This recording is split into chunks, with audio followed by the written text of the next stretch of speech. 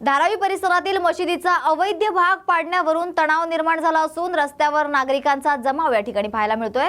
तर मशिदीचा अवैध भाग पाडल्याने मुस्लिम बांधवांकडून आक्रोश व्यक्त केला जातोय। तर पोलीस घटनास्थळी दाखल झाले असून परिस्थिती आटोक्यात आणण्याचा प्रयत्न पोलिसांकडून केला जातोय। और दूसरा हमारा कहना ये है कि आप सबको निश्चित करते हैं, हम आप लोगों के साथ हैं, हम सब लोग साथ हैं। तो आपको सबको साथ में मिलकर लड़ाई लड़ने का काम करना पड़ेगा। हम सब लोग साथ में मिलकर इसको काम करेंगे। तो सभी शांति बनाए रखें, सभी संयम बनाए रखें। हम कल रात को भी यहाँ पे आके गए हैं और सुबह से भी हम लोग यहाँ पे हैं। भाई साहब, मैं जानती हूँ, इतना तो भरोसा रखिए, हाँ इतना तो भरोसा रखिए। अगर डीसीपी यहाँ पे है, एडिशनल सीपी यहाँ पे है, मैं आके यहाँ पे बात कर रही हूँ, तो इतना तो भरोसा कीजिए। आज आप सब लोग शांति से घर पे जाइए तो महानगर पालिका के अधिकारी यहाँ से जा सकेंगे। तो आप सभी को मेरा विनती है कि कार्रवाई स्थगित हो गई है, आप लोग अपने घर पे जाइए, हम आप सबके साथ हैं। शांति बनाए रखिए, संयम बनाए रखिए और कायदा सुव्यवस्था को चलाने के लिए सबकी मदद चाहिए, उसमें मदद कीजिए। धन्यवाद।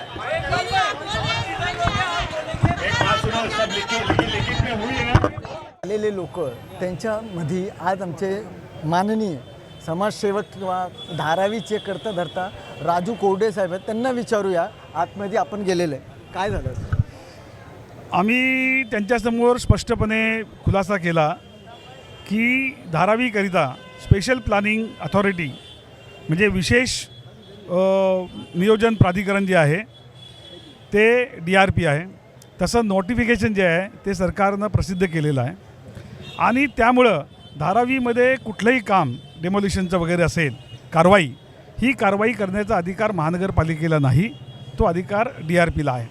आणि हे सरकारचं नोटिफिकेशन आहे, त्याच्याच बरोबर एका PILमध्ये आमच्या कार्यकर्त्यांनी एक PIL मुंबई हायकोर्टामध्ये केली।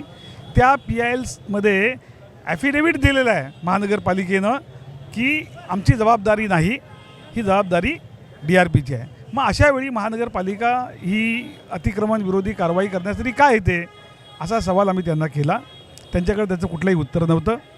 ते म्हणाले की ही जी कारवाई आहे, हा जो आदेश आहे हा जुना आदेश आहे। आम्ही त्यांना सांगितलं की हा आदेश ज्या तारखेचा आहे त्याच्या 1 महिन्याच्या अगोदरचं पत्र महानगरपालिकेच्या त्याच डिपार्टमेंटने केलेलं मी तुम्हाला देऊ शकतो। दुसरं अशी गोष्ट आहे की मॅटर सबजुडाईज आहे।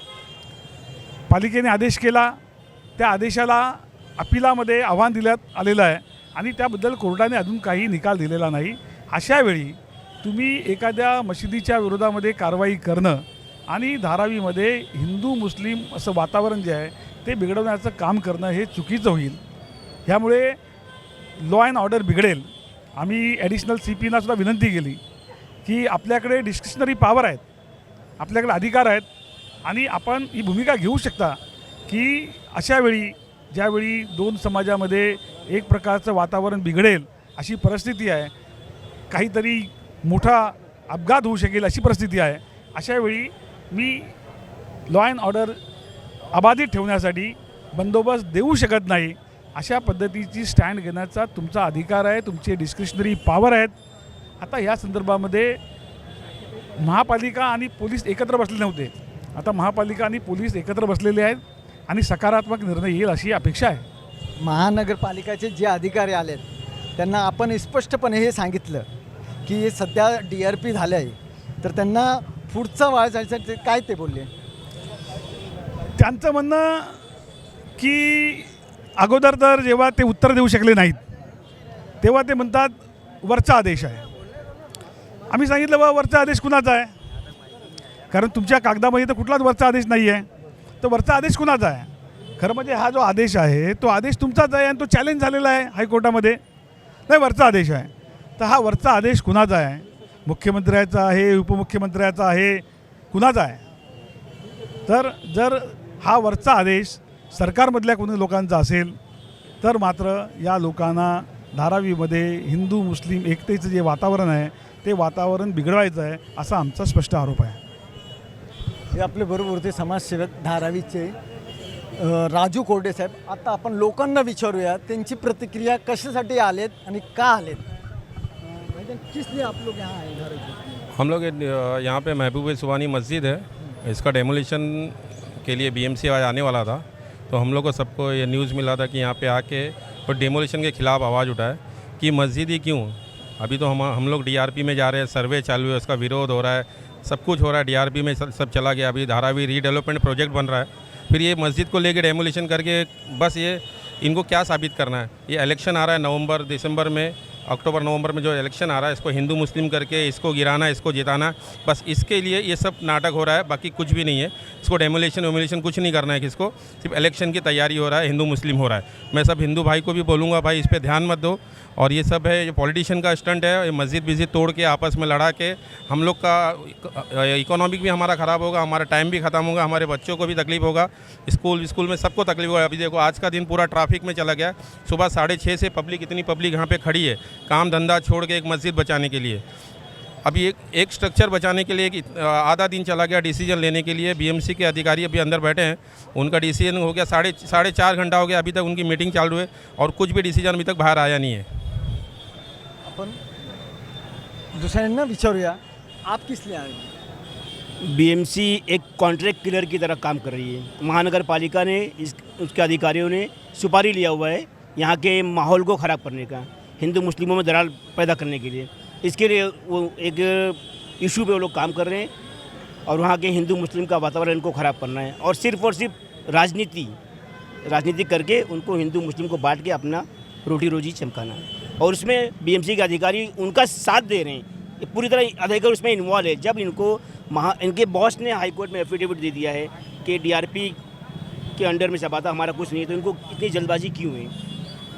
हे आपण बघू शकते, सध्या पोलीस स्टेशनमध्ये स्थानिक जे नेते आहेत ते सर्व आतमध्ये बसले आहेत, महानगरपालिकाचे अधिकारी ते पण आतमध्ये बसलेले आहेत आणि सर्व बाहेर जे येत आहेत ते त्यांच्याशी बोलणी चालू आहे। त्यांच्यावर काय निर्णय येत आहेत ते लोक वाट बघत आहे। याचा निर्णय घेतला आहे आणि आपण बघू शकता की महानगरपालिकाची गाडी सध्या इथून जात आहे।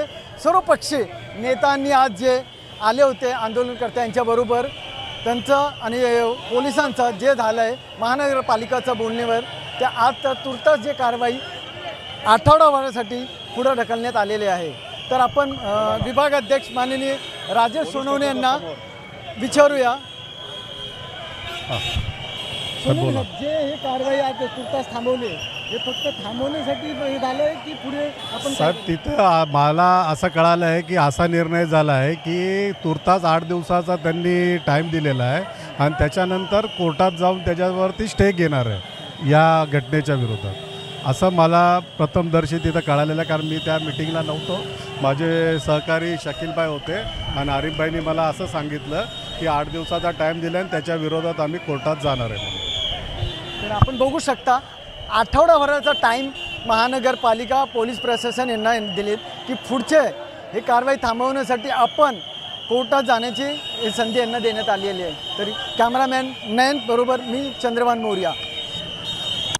तर या होत्या आजच्या महत्त्वाच्या घडामोडी। अशाच महत्त्वाच्या घडामोडींसाठी पाहत रहा न्यूज मराठी 24/7, नवा भारत नवा विचार।